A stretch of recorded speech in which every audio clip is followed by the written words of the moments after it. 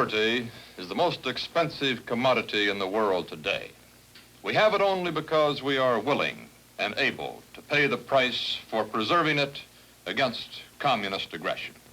One big symbol of our willingness is SHAPE headquarters outside Paris, France. The supreme headquarters of the Allied powers in Europe. It was dedicated by General Dwight D. Eisenhower on July the 30th, 1951. In all history, this is the first time that an Allied headquarters has been set up in peace to preserve the peace and not to wage war. This headquarters has a motto. It sums up the purpose of the 14 nations that are committed to the fight for world freedom. Translated, it says, vigilance is the price of liberty. We are paying a large share of that price. Part of our share of vigilance is being borne by our women, future wives and mothers who today are willing to share the cost of the freedom they and their children will enjoy tomorrow.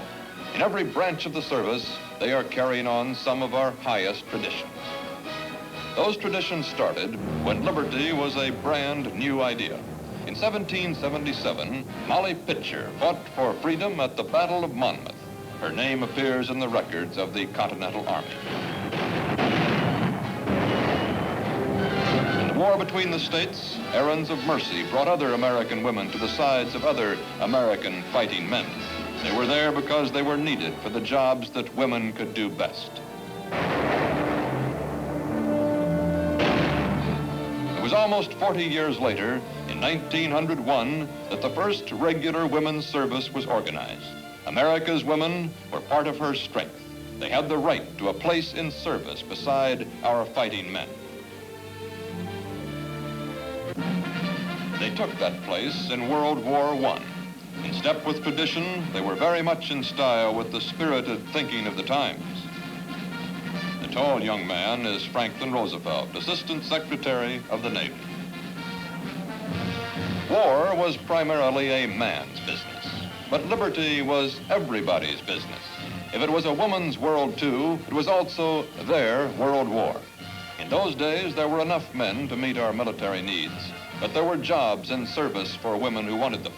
Women shared in the victory and the honors that followed. To some of these women, General Pershing presented his thanks in person. Perhaps he realized that he was taking a picture of the future.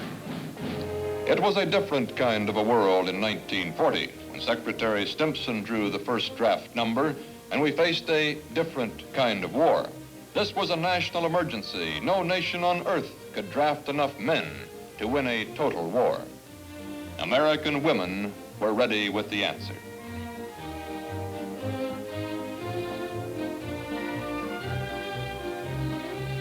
First to be sworn in were outstanding figures in the fields of higher education and business. As heads of the newly organized women's services, they would provide the highest quality of leadership for the thousands that were to follow.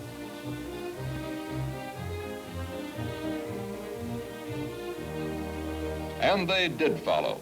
American women from 20 to 50, volunteers for service with the Army, the Navy, Marine Corps, and Coast Guard. Pride and patriotism played a part in their decisions to enlist, but for many of them, there were deeper, more personal reasons.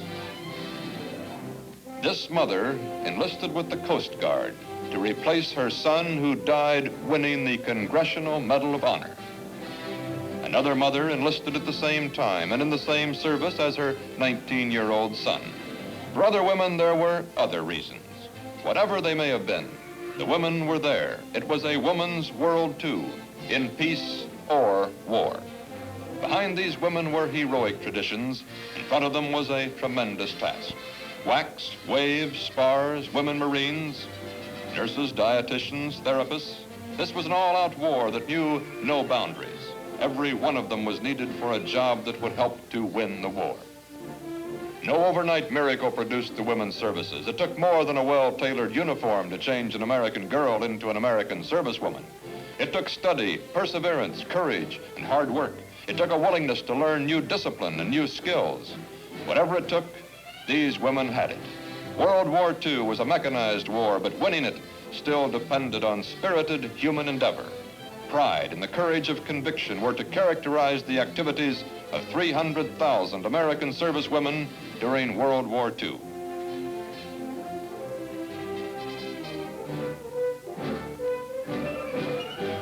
There were jobs to be done. These women had volunteered to do them.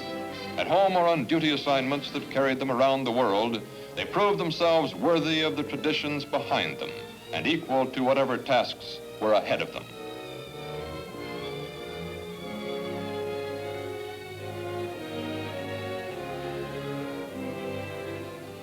Wherever they landed, they took the situation well in hand.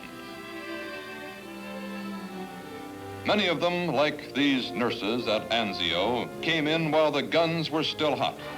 All over the world, wherever they were needed or wherever regulations permitted them to be sent, American women were to write new, stirring chapters in the histories of each of the services.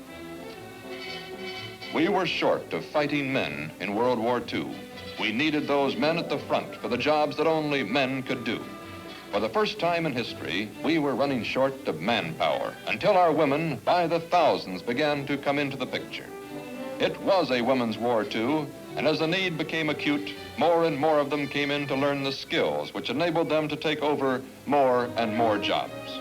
We needed women for the jobs that women can do as well as men, and we needed them for the jobs that women can do best.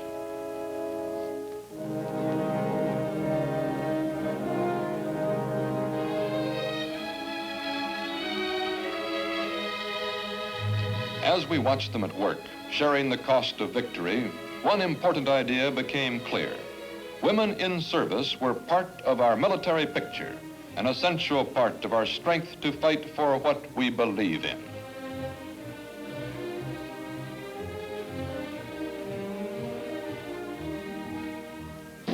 For our women in service, worldwide recognition was added to the personal satisfaction of a tough job well done. This review by Winston Churchill was only one of the many marks of recognition for their outstanding contributions to Allied victory. From our own people came others, like this plaque presented to all the women of the 5th Army.